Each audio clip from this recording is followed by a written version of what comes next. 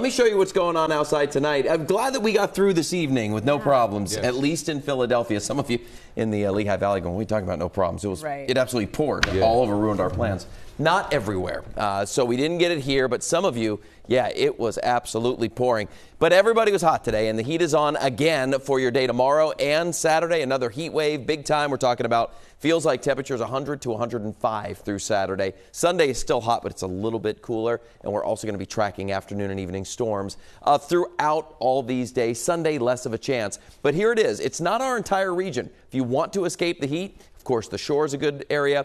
Up in the Poconos, a good area as well. But up and down 95 from New York right down through Trenton, Philly, Wilmington, Baltimore, D.C., and way farther south than that. In fact, there's a heat advisory for the Panhandle region. You know, when southern Mississippi in July has a heat advisory, you know it's going to be hot, right? Feels like temperatures 110 to maybe 115 down there. And so it's this big dome of high pressure. The heat is just baking in this region, and it includes our area. We are on the northern end of this, but we're going to be watching that, and as I mentioned, watching the storms. This is a 3-hour loop, and that is what I was keeping my eye closely on earlier this evening. We were on the air at 8 o'clock talking about the flash flood warning in Redding and Berks County.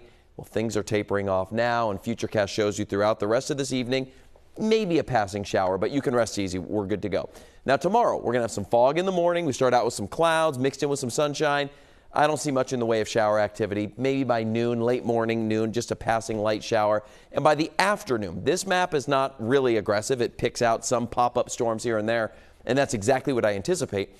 Afternoon and early evening, we'll get a few showers and storms, but it will be a hot day. That, to me, is the bigger weather story tomorrow. Those feels like temperatures between 100 to 105 in that time frame, like 4 p.m. to 7 p.m. That is the most hot time of the day, hottest time of the day.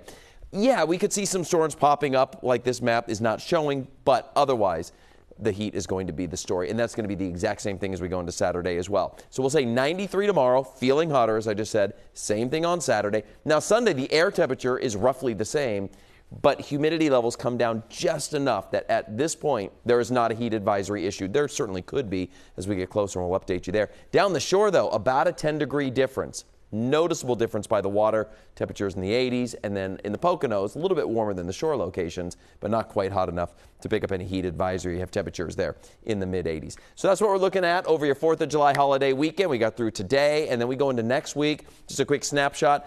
A little cooler on Tuesday and Wednesday, tracking some unsettled weather, but over the next few days, like I said, it is going to be the heat that we watch very closely because it's going to be a toasty one.